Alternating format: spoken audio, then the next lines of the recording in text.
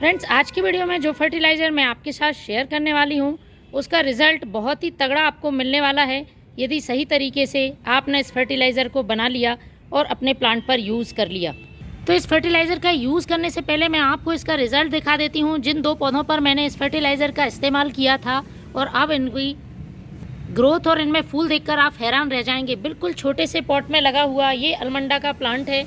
मैंने इसकी कटिंग्स को ग्रो किया था और देखिए इसमें सिर्फ 2 ब्रांच निकली हैं और इतनी ज़बरदस्त फ्लावरिंग हो रही है, कलियां बन रही हैं। तो छोटे छोटे पौधों में भी ढेरों फूल खिलाने की पावर रखता है ये फर्टिलाइज़र। बस आपको इसका सही तरीके से इस्तेमाल करना आना चाहिए। बिल्कुल थोड़ी सी मिट्टी में और छोटे से पॉट में मैंने ये कटिंग लगाई थी। कटिंग ग्रो होते ही साथ इतने सारे फ्लावर्स बनाना इसने शुरू कर दिया है। इसी तरह से मैंने इस प्लांट में इस फर्टिलाइज़र का यूज़ किया था और देखिए जितनी ब्रांच है उतनी ही इसमें कलियां आ रही हैं और फ्लावरिंग हो रही है। बिल्कुल छोटा सा पौधा है, ये रोज़ का प्लांट है और कितना हेल्दी प्लांट है। बहुत बड़ी बड़े आकार में ये कलियां बन रही हैं और काफ़ी हेल्दी फ्लावरिंग हो रही है। तो फ्रेंड्स, आप छोटे गमलों में यदि प्लांट को आपने लगा कर रखा है तो उनमें से भी आप अच्छी खासी फ्लावरिंग ले सकते हैं इस फर्टिलाइज़र के यूज़ से। देखिए मेरे सारे छोटे छोटे गमलों में लगे हुए प्लांट कितनी अच्छी फ्लावरिंग कर रहे हैं। ये अपराजिता का पौधा है और बहुत छोटे से गमले में लगा हुआ है, काफ़ी अच्छी ग्रोथ है और इसमें ढेरों कलियां बन रही हैं और फ्लावरिंग हो रही है। तो सभी पौधे गुलाब, गुड़हल, अपराजिता, मोगरा, जितने भी फूलों वाले पौधे हैं उनके लिए किसी वरदान से कम नहीं है। बस आपको इसको यूज़ करते समय कुछ सावधानी रखनी होगी। पूरे वीडियो में मेरे साथ लास्ट तक बने रहें। इस फर्टिलाइज़र के यूज़ से आपके प्लांट की ग्रोथ रुक गई है या पौधे ने एक बार फूल देकर फूल देना बंद कर दिया है, फूलों का आकार बहुत छोटा है, तो ये सारी समस्याएं भी खत्म होगी। मोगरा जैसे पौधे में बहुत से लोगों को परेशानी होती है, उनका प्लांट एक बार फ्लावरिंग करके दोबारा कलियां बनाना बंद कर देता है। तो फ्रेंड्स, मोगरा के पौधे में भी आप इस फर्टिलाइज़र का यूज़ करें, पौधे में नई कलियां बनना फिर से स्टार्ट हो जाएंगी। बस इस फर्टिलाइज़र का यूज़ आपको लगातार यदि बारिश हो रही है तब नहीं करना है और दूसरा इसे बार बार यूज़ नहीं करना है। महीने में एक बार ही आप इसका इस्तेमाल करेंगे। उसके पहले आपको 2 से 3 काम कर लेने हैं। बारिश के दिनों में ये काम प्लांट पर बहुत ज़रूरी है, तभी किसी भी फर्टिलाइज़र का पौधे पर सही तरीके से फ़ायदा हो पाएगा। सबसे पहला काम सूखे हुए फूलों को हटाना। तो फ्रेंड्स, इन फूलों को हटाने के लिए आपको जहाँ से फूल सूख गया है उधर से 1.5 से 2 इंच नीचे से आपको इस तरह से ये टहनी कट कर देनी है। इससे होगा ये कि जहाँ भी आप कट लगाएंगे वहाँ से साइड से 2 नई ब्रांच निकलेंगी और उन पर फ्लावरिंग होगी। देखिए कुछ इस तरह से मैंने सूखे हुए फूल इधर से हटाए थे, स्टेम को कट किया था, तो साइड से एक स्टेम ये और एक स्टेम ये, इधर से इसकी नई ग्रोथ हुई और ये कलियां बनना स्टार्ट हो गई। तो सभी पौधों के लिए ये बात आपको ध्यान रखनी है। इससे पौधे में घनापन आता है। प्लांट यदि इक्का दुक्का ब्रांच निकाल रहा है तो पौधा पूरी तरह से घना हो जाता है। दूसरा काम जो कि बारिश के दिनों में बहुत ज़रूरी है वह है सभी प्लांट्स पर नीम ऑयल का स्प्रे। बारिश के दिनों में सबसे बड़ी समस्या होती है, प्लांट में इंसेक्ट, फंगस और चींटियाँ अटैक करते हैं और उसकी वजह से पौधा अच्छी तरह से ग्रोथ नहीं कर पाता है, फल फूल नहीं दे पाता है। तो आपको लेना है वाटर सॉल्यूबल नीम ऑयल। 1 लीटर पानी में 3 ml नीम ऑयल डालें और उसके बाद अपने सभी प्लांट्स पर अच्छी तरह से स्प्रे करें। गुड़हल जैसे पौधों में मिलीबग लगने की बहुत ज़्यादा समस्या देखी जाती है, तो ये समस्या भी नीम ऑयल के स्प्रे से ख़त्म होगी। अगला काम है मिट्टी की अच्छी तरह से गुड़ाई।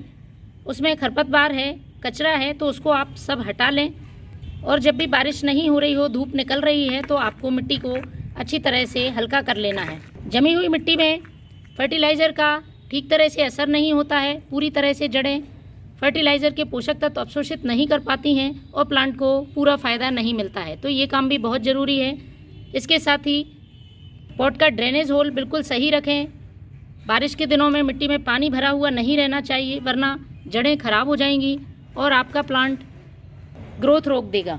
अब बात करते हैं फर्टिलाइज़र की। आज मैं अपने इस छोटे से प्लांट में फर्टिलाइज़र का यूज़ करने वाली हूँ। इसमें ग्रोथ हो रही है, कटिंग से मैंने इसको ग्रो किया था, लेकिन ये अच्छी तरह से फ्लावरिंग करे और घना बने, इसके लिए मैं इस फर्टिलाइज़र का यूज़ करने वाली हूँ। तो सबसे पहले हम इस्तेमाल करेंगे चाय पत्ती का।